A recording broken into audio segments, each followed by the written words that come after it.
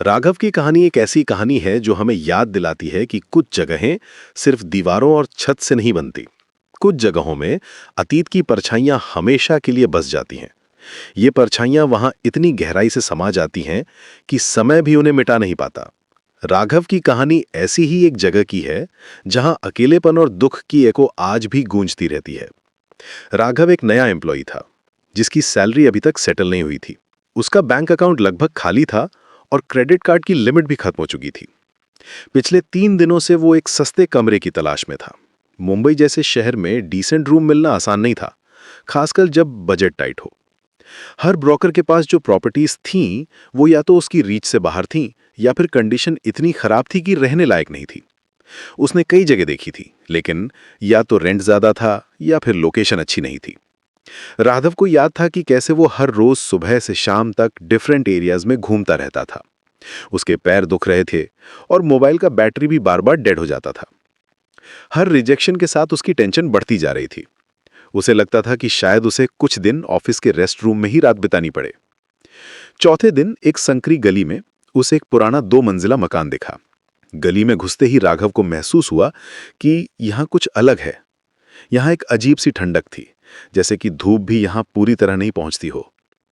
गली के दोनों तरफ के मकान इतने पास थे कि आसमान का सिर्फ एक पतला सा हिस्सा दिखता था। दीवारों पर मॉस जमी हुई थी और कहीं कहीं पेंट छिल गया था। मकान का मालिक एक बुजुर्ग आदमी था जो ग्राउंड फ्लोर पर रहता था। उसकी आंखें कुछ धुंधली थीं और चेहरे पर डीप रिंकल्स थीं। जब राघव ने गेट की बेल बजाई तो वो धीरे धीरे बाहर आया। उसने राघव को ऊपर का कमरा दिखाया। कमरा छोटा था लेकिन साफ सुथरा। दीवारों पर पुराना ब्लू पेंट था जो कई जगह से फेल हो गया था। सबसे अच्छी बात यह थी कि रेंट बहुत कम था। कमरा सस्ता है, शांत है, बस रात को ज्यादा शोर मत करना, मकान मालिक ने कहा था। उसकी आवाज में कुछ हेजिटेशन था, जैसे कि वो कुछ और भी कहना चाहता हो लेकिन रुक रहा हो। राघव को लगा कि उसकी किस्मत अच्छी है। उसने तुरंत एडवांस दे दिया और अगले दिन अपना सामान ले आया। जब राघव पहली बार उस गली में घुसा था तो उसे कुछ अजीब सा लगा था। गली में एक अजीब सी ठंडक थी, जैसे कि धूप भी यहां पूरी तरह नहीं पहुंच पाती हो। मकान के लोहे के गेट को छूते ही उसे एक अजीब सी सेंसेशन हुई थी, जैसे कि कोई इनविजिबल हैंड उसे टच कर रहा हो।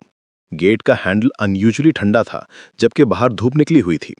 अपना सामान लेकर आते समय राघव ने नोटिस किया कि गली के दूसरे मकानों में भी कम लोग दिखते थे। कुछ विंडोज परमानेंटली बंद लगती थी।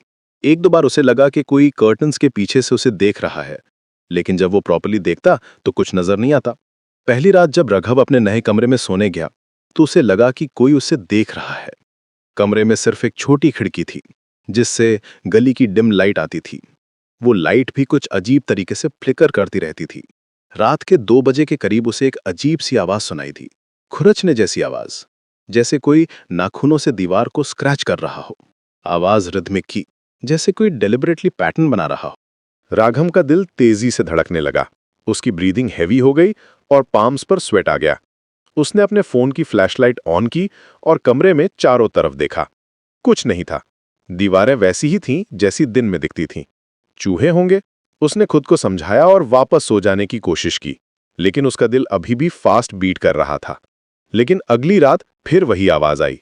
इस बार ज्यादा क्लियर थी और लगता था कि वो सीलिंग के ऊपर से आ रही है। राघव उठा और धीरे से बोला, कौन है? उसकी आवाज कमरे में एको हुई। कोई जवाब नहीं आया, लेकिन आवाज रुक गई थी, जैसे कि कोई उसकी बात सुन रहा हो। तीसरी रात कुछ और भी अजीब हुआ। राघव को लगा कि कमरे का टेम्परेचर अचानक गिर गया है। उसकी सांस दिखने लगी थी, जैसे कि वो किसी फ्रीजर में हो। उसने ब्लैंकेट में खुद को रैप किया, लेकिन ठंडक अंदर तक पहुंच रही थी।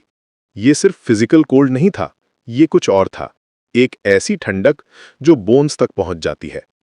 चौथी रात राघव ने हिम्मत करके पूछा, इस कमरे में पहले कौन रहता था? मकान मालिक ने सिर्फ इतना कहा था, लोग आते जाते रहते हैं। लेकिन उसकी आंखों में कुछ छुपा हुआ था। वो क्विकली टॉपिक चेंज करने की कोशिश कर रहा था और राघव से आई कांटेक्ट अवॉइड कर रहा था। पांचवीं रात जब राघव सो रहा था तो उसे लगा कि कोई उसके कान में विस्पर कर रहा है। आवाज बहुत धीमी थी लेकिन साफ थी। वो वर्ड समझ नहीं आ रहे थे, लेकिन टोन में लोनलीनेस था। तुम कौन हो? राघव ने कांपती आवाज में पूछा। इस बार जवाब आया, एक स्लो हॉलो आवाज में, मैं यहीं रहता हूं। राघव का खून सूख गया। उसके पूरे शरीर में गूज़बम्प्स आ गए। उसने तुरंत लाइट ऑन की, लेकिन कमरे में कोई नहीं था। उसके हाथ कांप रहे थे और ब्रीदिंग इर्रेगुलर हो गई थी। वो समझ गया था कि ये कोई नॉर्मल सिचुएशन नहीं है। उसे लगा कि वो पागल हो रहा है, लेकिन वो आवाज इतनी रियल थी। अगले दिन रघव ने गली के बाहर चाय वाले से पूछा। चाय वाला एक मिडिल एजेड आदमी था जो यहाँ कई सालों से था। उसकी स्मॉल स्टॉल गली के मुंह पर थी और वो एरिया के सभी लोगों को जानता था। जब रघव ने उस कमरे के बारे में पूछा तो चाय वाले का चेहरा सीरियस हो गया। वो अपना काम रोककर रघव की तरफ देखने लगा। भाई, उस कमरे में सालों पहले एक लड़का रहता था। बहुत अकेला था। फाइनेंशियल प्रॉब्लम्स भी थीं। फैमिली से कांटेक्ट भी टूट गया था। जॉब भी इरेगुलर थी। एक दिन उसने खुद को खत्म कर लिया था। उसके बाद से कई लोग आए, लेकिन कोई ज्यादा दिन नहीं रुका। कुछ तो एक ही रात में भाग गए। रघव को लगा कि उसके पैरों तले जमीन खिसक गई है। उसके हैंड्स में ट्रेमर आ गया और माउथ ड्राई हो गया। वो समझ गया था कि वो जिससे बात कर रहा था वो कोई लिविंग पर्सन नहीं था। चाय वाले ने आगे बताया कि उस लड़के का कोई फैमिली मेंबर बॉडी लेने भी नहीं आया था। उस रात रघव ने सोने की कोशिश नहीं की। वो बैठा रहा, वेटिंग कर रहा था। उसने अपने सारे लाइट्स ऑन रखे थे। आधी रात के बाद वो आवाज फिर आई, लेकिन इस बार ज्यादा क्लियर थी। तुम आए हो इसलिए मैं जाग गया हूं, आवाज ने कहा। मैं बहुत अकेला था, अब तुम हो। रघव की आवाज तक हो गई थी। वो कुछ कह नहीं पा रहा था। उसका थ्रोट कंप्लीटली ड्राई हो गया था। मैं यहां फंसा हूं और अब तुम भी, आवाज ने कंटिन्यू किया। यहां से कोई नहीं जाता। रघव को लगा कि उसका दम घुट रहा है। कमरे की हवा थिक हो गई थी। उसे लगा कि इनविजिबल हैंड्स उसे ग्रैब कर रहे हैं। उसकी चेस्ट टाइट हो गई और ब्रीदिंग में डिफिकल्टी होने लगी। अगले कुछ दिनों में रघव की हालत बिगड़ती गई। वो ठीक से खा नहीं पा रहा था, सो नहीं पा रहा था। उसका वेट कम हो रहा था और आंखों के नीचे डार्क सर्कल्स हो गए थे। ऑफिस में भी उसका परफॉर्मेंस इफेक्ट हो रहा था। कोलीग्स ने नोटिस किया कि वो डिस्ट्रैक्टेड रहता है और कभी-कभी सडनली जंप करता है, जैसे कि कोई उसे सरप्राइज कर दे। हर रात वो प्रेजेंस और स्ट्रांग होती जा रही थी। कभी-कभी राघव को लगता कि कोई उसके बेड के पास खड़ा है। कभी उसे लगता कि कोई उसके शोल्डर को टच कर रहा है। कभी-कभी उसे अपने नेम की विस्पर सुनाई देती, जो स्लोली उसके कान में रिपीट होती रहती। एक रात राघव ने डिसीजन ले लिया। वो यहां से जाएगा, चाहे जो भी हो। उसने अपना सामान पैक करना शुरू किया। उसके हैंड्स शेक कर रहे थे, लेकिन डिटर्मिनेशन था। जैसे ही उसने अपना बैग उठाया, वो आवाज आई। इस बार उसमें डेस्परेशन थी, हेल्पलेसनेस थी। मत जाओ। राघव रुक गया। उस आवाज में इतना दर्द था कि उसे एक सेकंड के लिए पिटी फील हुई, लेकिन फिर उसे अपनी जिंदगी की वैल्यू समझ आई। मुझे जाना होगा, राघव ने विस्पर में कहा। मैं यहां नहीं रह सकता। प्लीज मत जाओ, मैं अकेला हूं। लेकिन राघव ने अपना बैग उठाया और कमरे से बाहर निकल गया। जैसे ही वो स्टेयर्स पर पहुंचा, उसे लगा कि कोई उसे फॉलो कर रहा है। हवा में एक हैवीनेस थी, लेकिन उसने पीछे मुड़कर नहीं देखा। राघव ने सिटी के दूसरे हिस्से में एक नया रूम ले लिया, लेकिन कुछ महीने बाद भी उसे लगता था कि कभी कभी रात में कोई विस्पर कर रहा है। कभी कभी उसे लगता था कि कोई उसे देख रहा है। वो फीलिंग कभी कंप्लीटली गई नहीं।